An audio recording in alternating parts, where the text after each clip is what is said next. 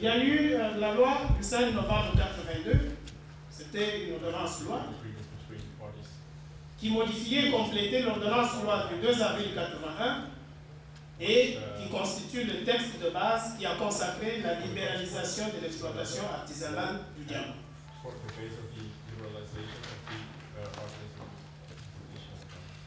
Quels sont les modes d'exploitation? Je vais simplement passer rapidement parce que le PRD l'a déjà évoqué.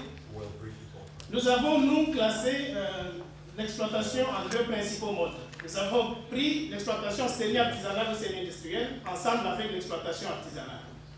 Parce que la production qui provient de ces deux types est orientée vers le comptoir d'achat agréé. Et il y a le deuxième mode, c'est le mode industriel. Pour le Kassai, comme le PRD l'a dit, il y a l'AMIBA, la minière de Bakonda, et la Sengamine. L'AMIBA exploite le diamant depuis 1961. Elle a remplacé la Société forestière et minière de Bakonda, la Forminière, filiale de la Société Charente de Belgique, qui a exploité depuis 1920. Donc vous comprenez par là que le diamant du Kassai est exploité, ça fait bientôt un siècle. À part l'AMIBA, il y a la Sengamine, qui est née pendant la guerre de libération, et les circonstances de sa création sont peu connues du grand public. Selon la revue annuelle de l'industrie de diamants de 2004, les actions de la Sengamine sont constituées à concurrence de 80% pour Honnet, qui est une société de droit humané, et 20% pour l'AMIBA. Quant à l'exploitation artisanale et semi-artisanale, elle a été libéralisée, comme nous l'avons dit, en 1982. Nous avons essayé de définir un peu ces deux types d'exploitation. Le père l'a déjà dit aussi. Donc l'exploitation artisanale est faite avec le petit matériel et on compte essentiellement sur la force humaine. Le petit matériel tel que les pelles, les pêches, les pioches, etc. Alors que l'exploitation semi-artisanale ou semi-industrielle utilise des matériels un peu plus performants, tels que les barges, les draps, etc. À ce jour, à peine 10% des creuseurs artisanaux détiennent le permis d'exploitation. Selon encore cette revue annuelle du diamant, les exportations officielles du secteur artisanal de diamant ont été évaluées à 520 millions de dollars US et la contrebande à environ 200 à 250 millions de dollars. Au cours de cette même année 2004, on a estimé que les creuseurs artisanaux étaient environ 700 000 pour le pays, dont 200 000 au Kassai.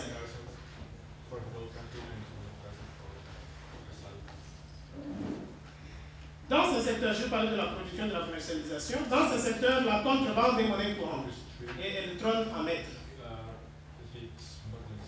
Cette contrebande est vécue tant dans le secteur industriel que dans le secteur artisanal.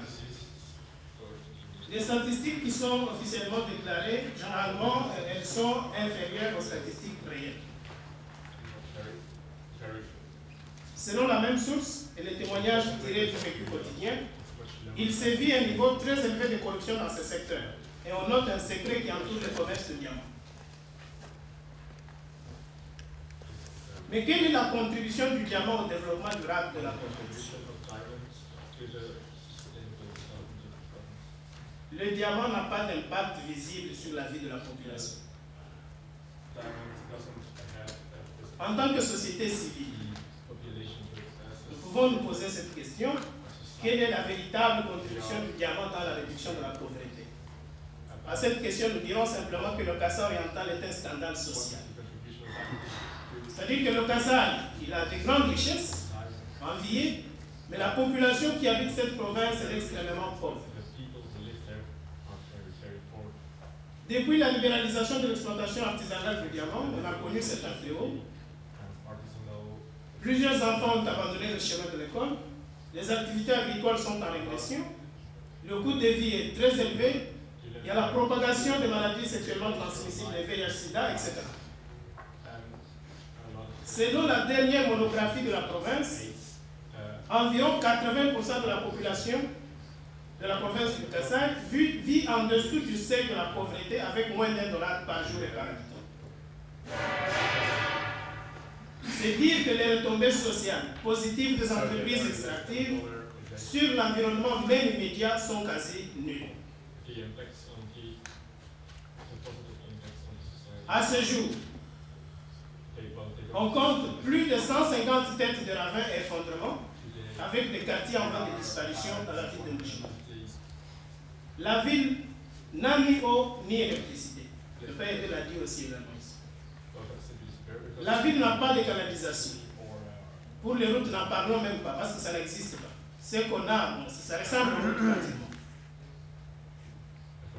Cette ville de Mbushima est condamnée à disparaître si rien n'est fait, alors qu'elle abrite le siège de la grande société extractive du diamant. Nous avons cité la MIPA, laquelle exploite depuis plus de 40 ans.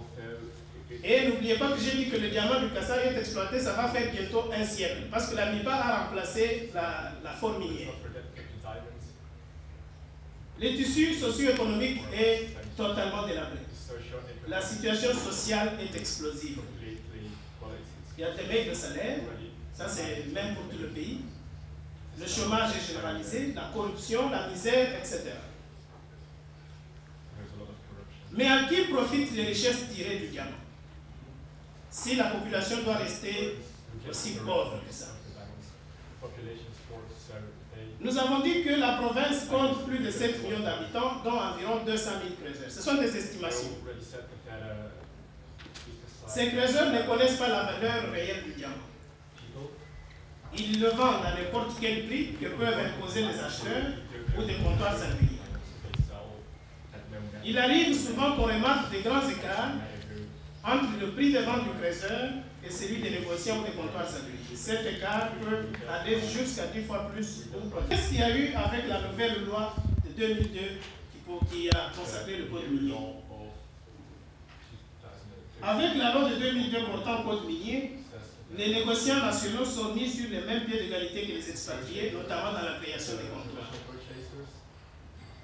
Vous comprendrez par là que la loi défavorise ainsi les acheteurs nationaux vis-à-vis des acheteurs expatriés, lesquels disposent de beaucoup de moyens. De toute évidence, les négociants nationaux ou locaux ne sont nullement protégés par l'État. Et les expatriés qui tiennent des comptoirs ne construisent pas comme la loi le leur recommande. Donc ils se contentent de louer les bâtiments qui sont déjà construits par les nationaux. Mais où vont les taxes que payent les expatriés détenteurs des comptoirs agréés et des négociants nationaux, sans oublier les creuseurs? Pourquoi la ville de Mbushima et même toute la province du Kasaï oriental doivent-elles afficher une image de pauvreté extrême? C'est dommage parce qu'on pouvait aussi avoir des photos de la ville. Je parle ici des effondrements, je parle des érosions, mais s'il y avait des photos, ça pouvait être plus explicite. C'est dommage parce qu'on les a. Alors je disais, pourquoi la ville de Mbushima, même toute la province du Kasaï oriental, doit-elle afficher une image de pauvreté extrême? Et pourtant, les productions de diamants, telles que le relève la revue annuelle de l'industrie de diamants citée plus haut, ont rapporté beaucoup d'argent. Officiellement, en 2003, la RDC a exporté plus de 27 millions de carats, évalué à 642 millions de dollars, contre moins de 22 millions de carats en 2002, évalué à 392 millions de dollars US. Ces exportations représentent environ 75% pour le secteur artisanal et 25% pour le secteur industriel. Selon cette même source, on estime que les exportations officielles et illicites oscilleraient entre 600 et 900 millions de dollars US par an. Toutefois, ces chiffres sont toujours difficiles à déterminer avec précision étant donné la contrebande qui trône à mettre dans cette matière. En conclusion, fort de tous ces constats, nous sommes en droit de dire que le diamant enrichit des individus et non la population. Nous estimons donc qu'il se pose une question liée à la gestion ou tout simplement à la gouvernance. Voilà qui pousse les puissances étrangères et notre zone forte d'envier le diamant du Kasaï et d'imaginer toutes les stratégies pourvues d'y accéder. Il ressort de toute cette analyse que le diamant, au lieu d'être la clé de développement de la province du Kasaï oriental et partant du pays, devient une source d'enrichissement sans cause de quelques individus et donc une source de conflit.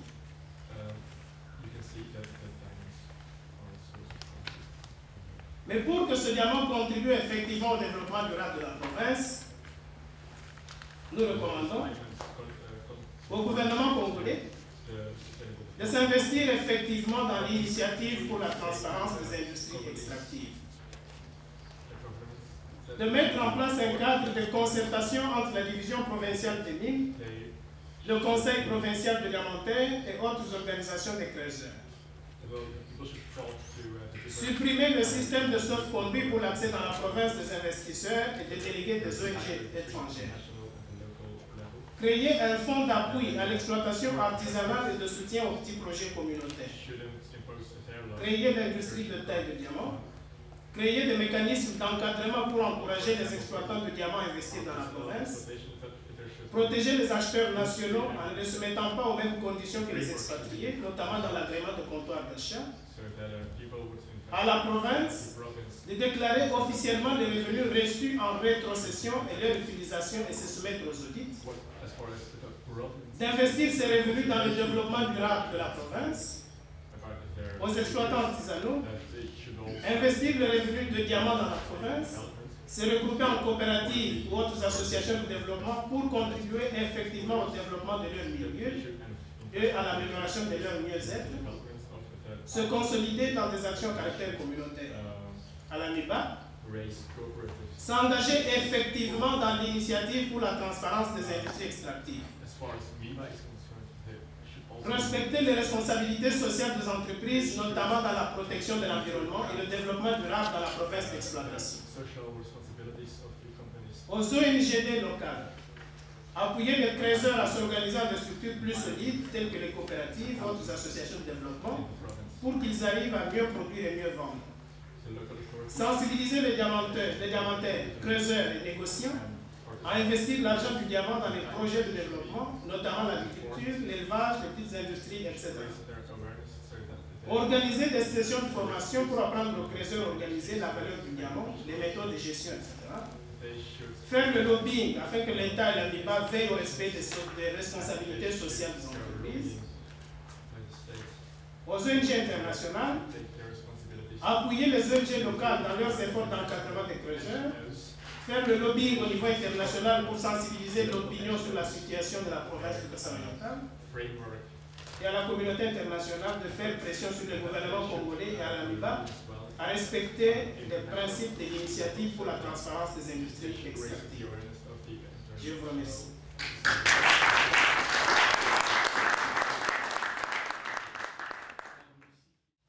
Il y a des recommandations sur la MIBA, s'engager effectivement dans l'initiative pour la transparence des industries extractives. Je crois que je l'ai dit, sans que je sache qu'il a mis, et nous sommes déjà dedans. J'ai participé quand on a installé l'ITIE chez nous par le gouvernement. Et la MIBA a été invitée, nous avons fait même un exposé. Et nous sommes dans la transparence, la bonne gouvernance qui régit l'ITIE. Et ce que je dis, que la MIBA elle-même, quand on regarde sa façon de gérer, elle est transparente. Il y a beaucoup de choses. Quand les gens sont loin de chez nous, on pense que c'est flou. Parce que peut-être les informations, on ne sait pas les avoir à quelle porte il faut y aller. Mais la MIBA est totalement dans l'ITIE, nous nous sommes inscrits. Et le gouvernement du Congo a adhéré au principe d'ITIE. Et nous avons nos délégués dans la structure du gouvernement dans ce cadre. Donc nous sommes déjà dedans, totalement, et pour les... C'est une engagement suffisante pour vous. Merci, Président.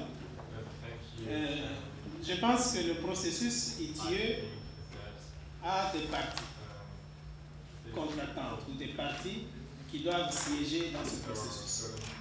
Il y a la MIBA comme industrie extractive, il y a le gouvernement, il y a la société civile. Nous faisons partie de la société civile. Et si la MIBA peut être aujourd'hui vraiment ancrée dans le processus, la moindre des choses, c'est que nous serions associés à tout ce qui s'est fait dans le processus de la MIBA. D'autant plus qu'en tant que société civile, il est même difficile que nous ayons des informations par rapport à la production, par rapport aux taxes. Parce que le processus de la transparence, je pense qu'il est prévu un exposé pour demain, par quelqu'un. quelqu'un qui va le faire. Ce processus a certains critères. Et ce processus se base également sur publier ce que vous payez. C'est un outil qui est utilisé par ce processus de la transparence des industries extractives.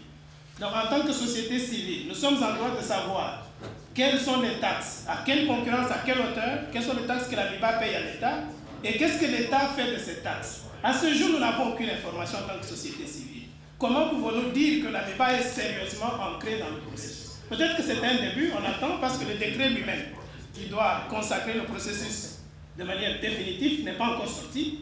On attend, mais dire que c'est déjà dedans, je ne sais pas. Merci. Mettre à jour au plus grand public le montant payé, les commissions, les royalties. Est-ce qu'on peut savoir maintenant, puisque c'est public, qu'est-ce que ces compagnies ont payé à l'État congolais ou payant à l'État congolais? Ok. Franchement, c'est dans la pure... c'est un dossier qui a été très clair. Hein. Donc, nous l'avons mené avec la DBUR, ça fait 3 ans. Ce sont des protocoles d'accord qui ne sont pas faciles, qui ont été très difficiles pour arriver à se mettre d'accord. C'est 3 ans de réunions chaque jour.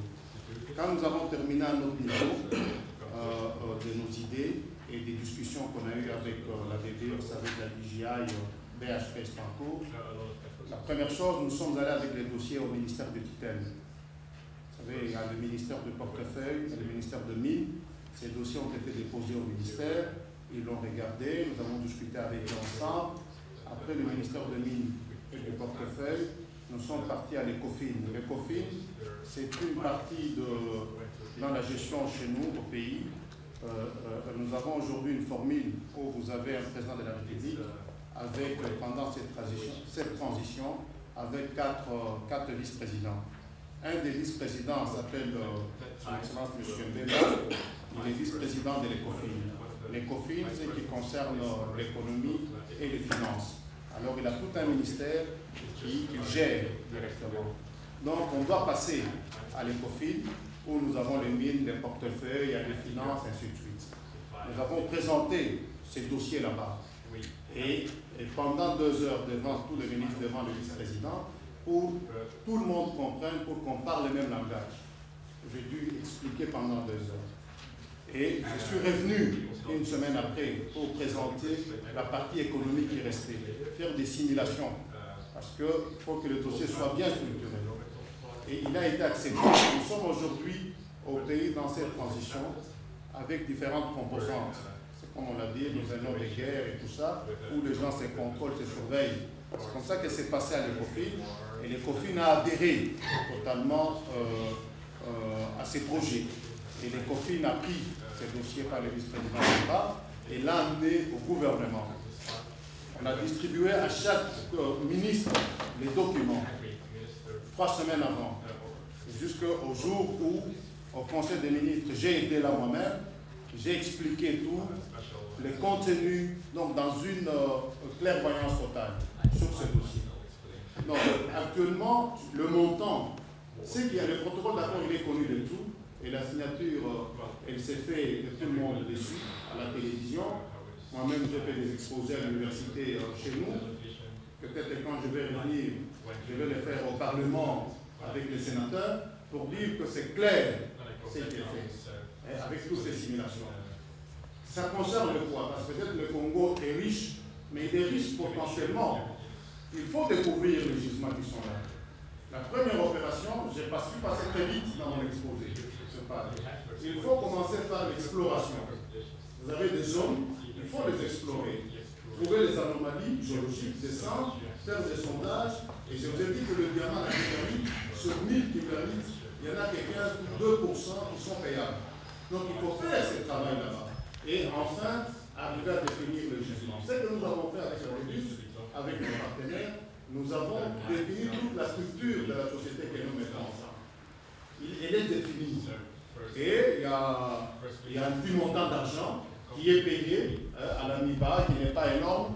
C'est parce que ce sont les titres qu'on se met ensemble. Mais il n'y a rien d'un montant assez grand d'argent qu'on a donné ici et là. C'est dans une clairvoyance, c'est dans un problème très clair. Et la DBURS, je vous dis, les gens ne sont pas là pour ne va pas le faire. Hein. Si vous êtes à côté en demandant, c'est que les gens pensent souvent qu'il y a de sous-tables et tout ça. Ça c'est dit, en réalité ça n'est pas. Donc c'est dans une, franchement, un problème très clair avec tout le monde. Je vous ai suivi avec beaucoup d'attention et d'intérêt, dans la mesure où je suis aussi ressortissant du Kasaï. Laisse-moi vous dire que je suis parti du Kasaï